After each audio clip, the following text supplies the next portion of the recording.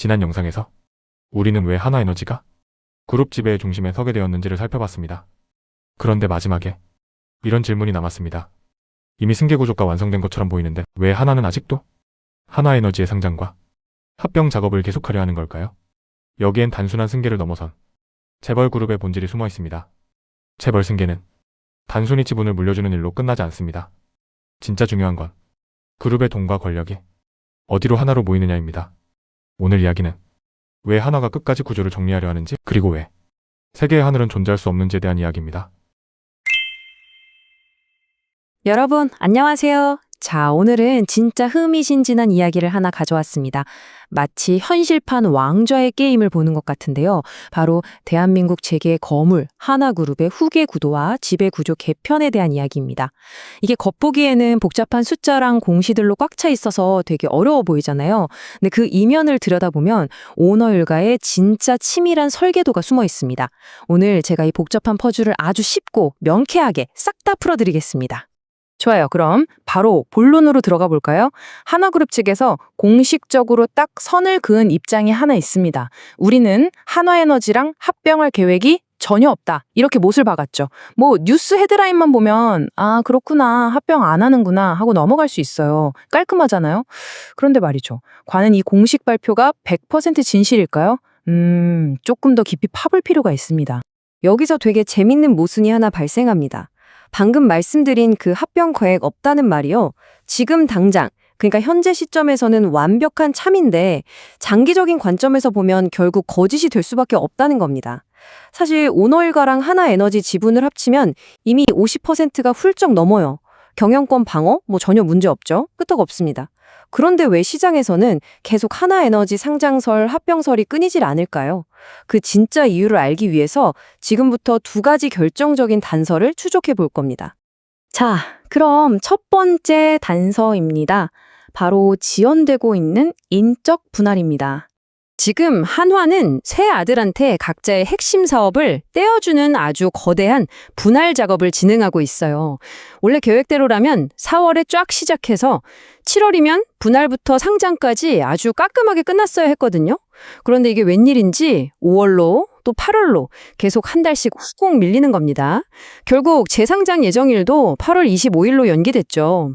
여러분, 이런 거대한 기업이 이렇게 중요한 일정을 늦춘다?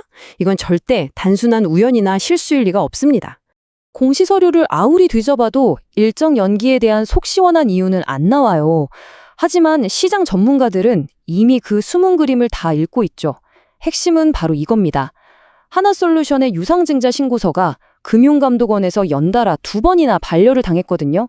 그러니까 오너 측 입장에서는 규제 리스크가 해소될 때까지 전략적으로 시간을 끌고 있는 겁니다. 소나기를 피하면서 타이밍을 아주 기가 막히게 조절하고 있는 거죠.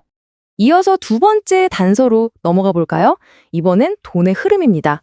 차남과 삼남이 노린 단기적인 목표죠. 와, 1조 1천억 원. 여러분, 이거 진짜 어마무시한 숫자 아닙니까?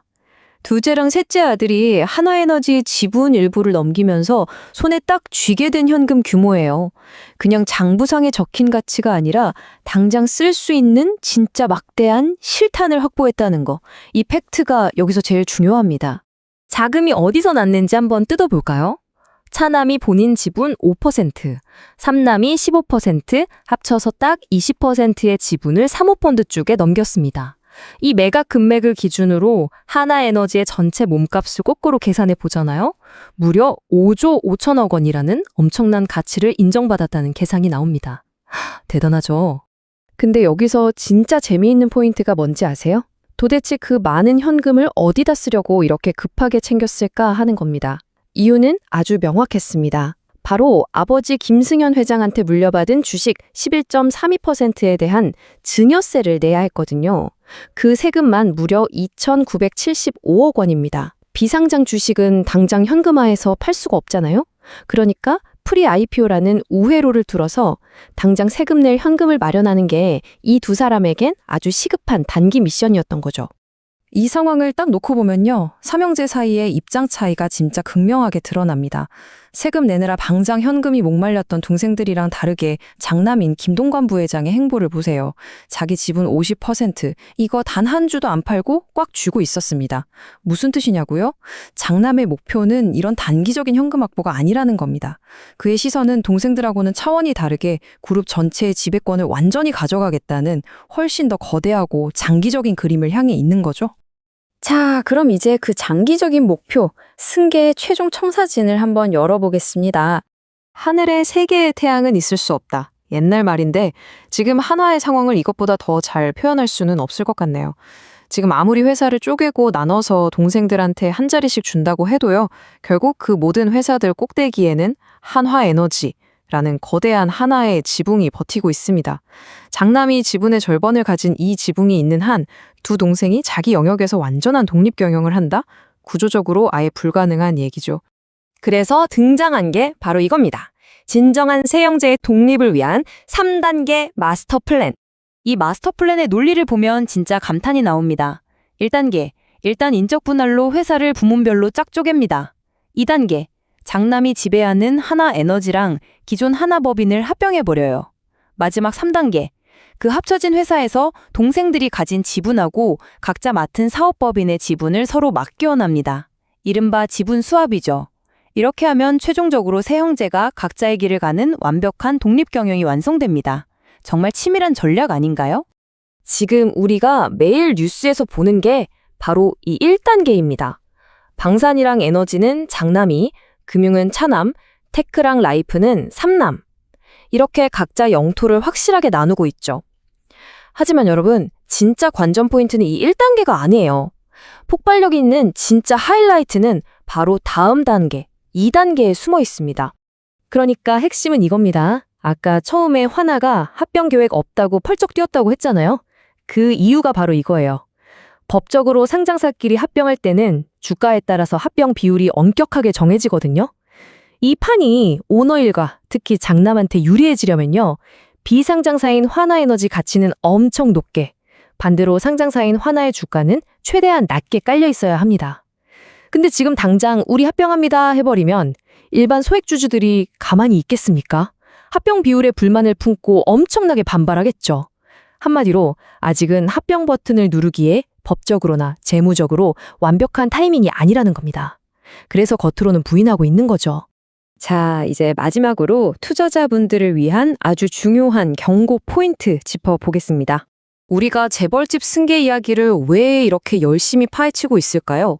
여러분이 주주이시거나 경제 흐름을 읽고 싶다면 이 세 가지는 무조건 기억하셔야 합니다. 첫째, 늦어도 2031년 안에는 무조건 완료되어야 하는 하나에너지의 상장 타임라인, 그리고 이걸 방해할 수 있는 중복 상장 규제들. 둘째, 이번 분할에서 발견된 좀 찝찝한 부채 몰아주기입니다. 빚의 99.7%를 기존 법인에 싹 다 남기고 막내 가져갈 신설 법인은 빚 없이 깨끗하게 시작하거든요. 흥미롭죠? 셋째, 아직 꼼짝도 안 하고 있는 김승현 회장의 자녀 지분입니다. 이게 언제, 누구한테 넘어가느냐에 따라 지배 구조가 또 한 번 크게 요동칠 겁니다. 오늘의 긴 이야기를 마무리하면서 여러분께 좀 도발적인 질문을 하나 던지고 싶습니다. 오너 일가는 머릿속에 이 완벽한 마스터 플랜을 쫙 깔아놓고 게임을 주도하고 있어요.